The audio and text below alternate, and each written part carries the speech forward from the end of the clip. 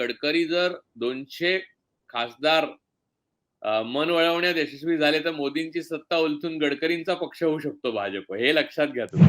देशाला वाचवण्याबरोबर भाजपला वाचवण्याची जबाबदारी पण आता जनतेचीच आहे. आणि ती जबाबदारी कोणाच्यातरी मार्फत, मराठी माणसामार्फत पार पडायची, तर गडकरींनी हे लक्षात घ्यावं. आणि तेच खरे आहेत. निशाणी पण त्यांनाच मिळणार आहे कमळ. पण असं या खटल्याच्या निर्णयामुळे नार्वेकरांनी एक पायंडा जो पाडलाय, तो पाहता गडकरी जर 200 खासदार मन वळवण्यात यशस्वी झाले, तर मोदींची सत्ता उलथून गडकरींचा पक्ष होऊ शकतो भाजप. हे लक्षात घ्या तुम्ही. बरोबर आहे, आणि बरोबर आहे. मोदी पात्र ठरतील, त्यांच्याबरोबर ते 100 लोकही पात्र ठरतील, पण हे 200 लोकांसहित गडकरी सरकार चालवू लागतील. त्यामुळे गडकरींनी ह्या अ, अ, गमतीशीर ज्या वाचन होतं कालचं, त्याचा आनंद घ्यावा आणि त्याचा लाभ घ्यावा त्या तीर्थप्रसादाचा तातडीने, असं मी आवाहन करीन, जेणेकरून देशाला वाचवण्याबरोबर भाजपला वाचवण्याची जबाबदारी पण आता जनतेचीच आहे.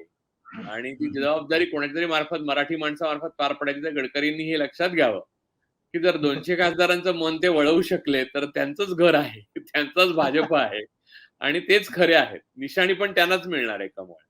बरोबर तर आहे. आता असा हा खेळ आहे. ह्याचा साधा अर्थ असा आहे, म्हणजे कसं आहे, इंग्रजीत ते वाचण्याची पण गरज नव्हती.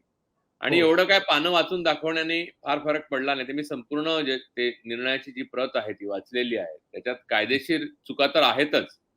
पण त्याही पेक्षा जी तारेवरची कसरत केलेली आहे, त्याच्यामध्ये सुप्रीम कोर्टाला कॉन्ट्राडिक्ट पण करण्यात आलेलं आहे. सुप्रीम कोर्टाचा बरोबर. जो डिसिजन होता, त्याला कॉन्ट्राडिक्ट करण्यात आलेला आहे. हो, सुप्रीम हो. कोर्टामध्ये हिंमत नाही ती गोष्ट वेगळी. त्याच्या स्पाइनलेसपणाबद्दल आपण वेगळ्या कार्यक्रमांमध्ये वेगवेगळ्या प्रकारे बोललेलो आहोत. त्यामुळे हो. हे अल्टिमेटली काय होणार, की निकालानंतर म्हणजे इलेक्शनच्या, लोकसभेच्या निकालानंतर विधानसभेच्या अगोदर सुप्रीम कोर्टाचा निर्णय येणार आणि सुप्रीम कोर्टाच्या निर्णयामध्ये हे यांचं सदस्यत्व रद्द केलं जाईल.